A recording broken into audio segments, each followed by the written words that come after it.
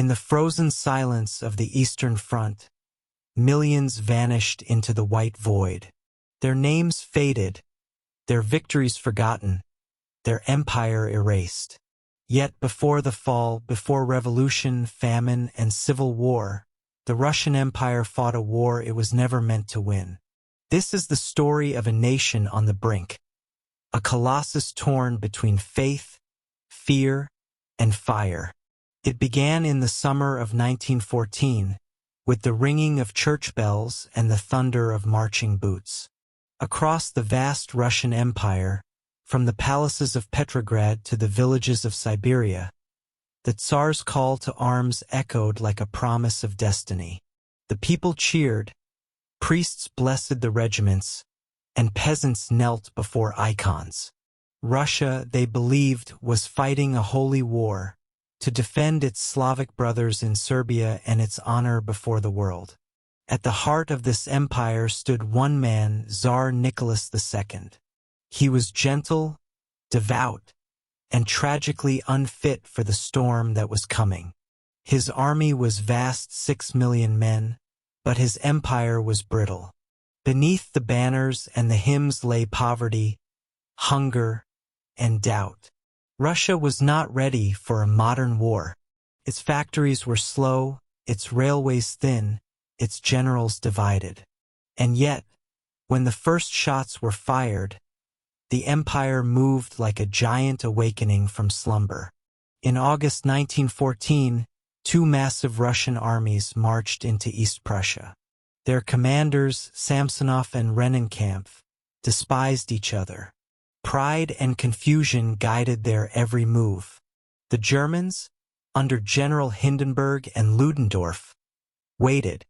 Tannenberg, the trap closed. Entire Russian divisions were encircled. Cut off from supplies, they fought until their ammunition ran dry. In the end, 170,000 men were killed, wounded, or captured. General Samsonov, shamed by defeat, took his own life in the forest. The news struck Russia like a funeral bell. What had begun as a crusade was turning into a nightmare. But the empire could not stop. The Tsar's ministers demanded victory. So the soldiers marched again into Galicia, into the Carpathians, into the mud and blood of the Eastern Front. By 1915, the scale of suffering defied imagination.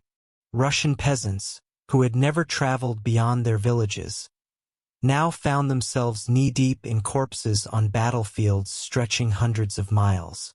They fought with courage, sometimes with bare hands, but courage could not stop German artillery. When shells ran out, men charged with bayonets. When rifles broke, they fought with shovels. 1 million men fell in a single year. The front became a graveyard of hope. Soldiers slept beside the dead. Rats gnawed at frozen bread, and frostbite claimed more limbs than bullets. Yet even in despair, they sang hymns, to the motherland, to God, to home. For many, the war was not about empire or honor anymore. It was about survival. Behind the lines, the empire was unraveling. The cities starved. Bread lines stretched for blocks. The factories of Petrograd were filled with angry workers, their faces hollow, their patience thin. The Tsarina Alexandra turned increasingly to mystics and prophets for guidance, above all to one man, Grigory Rasputin. Rasputin, the peasant monk from Siberia, became the most hated figure in the empire. To the court, he was a holy man who could heal the Tsar's sick son, Alexei. To the people, he was a symbol of corruption, a whisper that God had turned his back on Russia. Ministers resigned, generals quarreled, and rumors spread faster than news from the front. Meanwhile, the army continued to bleed. The Germans advanced deep into Poland, and by the end of 1915, the Russian armies had lost over 2 million men. Supplies were short, weapons scarcer still. Some soldiers went into battle without rifles, waiting for a comrade to fall. so they could pick up his weapon. The Tsar made a fateful decision, one that would seal his empire's fate. In 1915, Nicholas took personal command of the army. He believed it was his duty, his divine burden as the little father of Russia. But in leaving Petrograd, he abandoned the capital to chaos. The empire now had no leader, only a monarch at the front and a frightened empress at home. The winter of 1916 was cruel. Trains carrying food froze on the rails. Entire villages were emptied of men. Letters from the front were filled with despair. "We are dying like flies," one soldier wrote. "The earth drinks our blood and still asks for more." Yet amidst the suffering, Russia achieved something remarkable. In the forests of Galicia and the plains of Volhynia, its soldiers fought with a stubborn endurance that astonished even their enemies. When the Brusilov offensive began in June 1916, it was a thunderclap of victory. General Alexei Brusilov, a brilliant strategist, unleashed a massive attack on the Austro-Hungarian front. His tactics, surprise artillery strikes, and flexible formations shattered the enemy lines. In just weeks, the Russians captured hundreds of thousands of prisoners and advanced deep into enemy territory. For a moment, it seemed as though the empire had found redemption.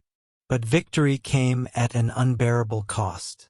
The offensive consumed men faster than the empire could replace them. By the time the battle ended, Russia had lost nearly 1 million soldiers. The armies were exhausted, and the people at home had nothing left to give. As 1917 dawned, the empire stood on the edge of collapse. Hunger turned to anger and anger to revolution. In Petrograd, workers marched for bread. Soldiers joined them, their rifles raised not against the Germans, but against their own officers. The red flags rose above the city, and within days, the Tsar's centuries-old dynasty was gone. Nicholas abdicated, and the empire that had stretched across a sixth of the world simply ceased to exist. But the war did not end for Russia. The new provisional government vowed to continue fighting, bound by promises to its allies. The soldiers, however, no longer believed. They deserted in droves, returning home to take their land, to see their families, or simply to escape the madness. The front disintegrated into chaos. Trenches once filled with order and command now echoed with mutiny and silence. In October 1917, Lenin and the Bolsheviks seized power, promising peace, land, and bread.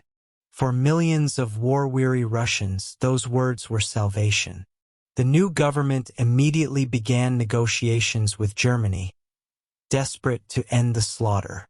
At Brest-Litovsk in 1918, the price of peace was humiliation. Russia was forced to surrender vast territories: Poland, the Baltics, Ukraine, and Finland. It was a dismemberment of empire, a geopolitical amputation. But the Bolsheviks accepted, believing that peace at any cost was better than death without end.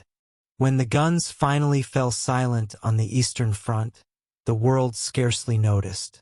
The focus had shifted to France, to the trenches of the Somme and Verdun.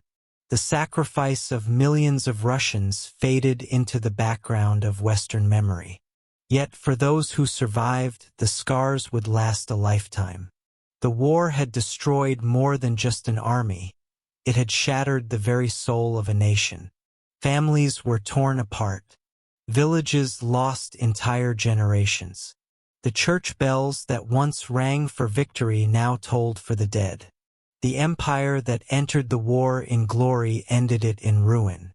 Its emperor was executed in a basement. Its aristocracy was scattered across Europe. Its peasants, once subjects of the Tsar, became soldiers of revolution. And its soldiers, those nameless millions who had fought in mud and snow, were buried beneath the weight of history. Yet, within the tragedy of the Great War, there was a strange kind of dignity. Russian soldiers, despite their hunger and despair, had fought not for conquest, but for endurance. Their letters home spoke not of hatred, but of longing for bread, for warmth, for peace. They dreamed of spring, of returning to the fields, of seeing the birch trees again. But for most, spring never came. They remained where they fell, nameless, frozen beneath the soil of a vanished empire. Today, the First World War is remembered through the lens of the Western Front, the Somme, Ypres, Verdun. The Eastern Front, and the millions who perished there, remain ghosts in the fog of history. The world remembers the trenches of France. It forgets the plains of Poland, the marshes of Galicia, the forests of East Prussia. And yet, without Russia's sacrifice, the war itself might have ended very differently. For 3 long years, the Empire's armies held down vast numbers of German and Austro-Hungarian divisions, buying time for France and Britain to survive. It was a victory written in blood, one that history seldom honors. In the end, the Great War was both the end and the beginning for Russia. It ended an empire, but began a revolution that would shape the century. The Romanovs fell, but a new power rose in their place. One forged not in palaces, but in trenches, in factories, in hunger and despair. The forgotten empire may have vanished, but its shadow stretched across generations. The echoes of its suffering would resound in Stalingrad, in Leningrad, in every field where Russians would again fight and die for survival. In the quiet cemeteries of Eastern Europe, where the birch trees sway and the earth still hides the bones of millions, the story of the Russian soldier endures. He fought for an empire that no longer exists, and in doing so, became part of something eternal. The Great War may have erased the empire, but not its humanity. For even in defeat, there was courage. In despair, there was endurance. And in silence, there were voices, whispering across the years, from the trenches of the forgotten front.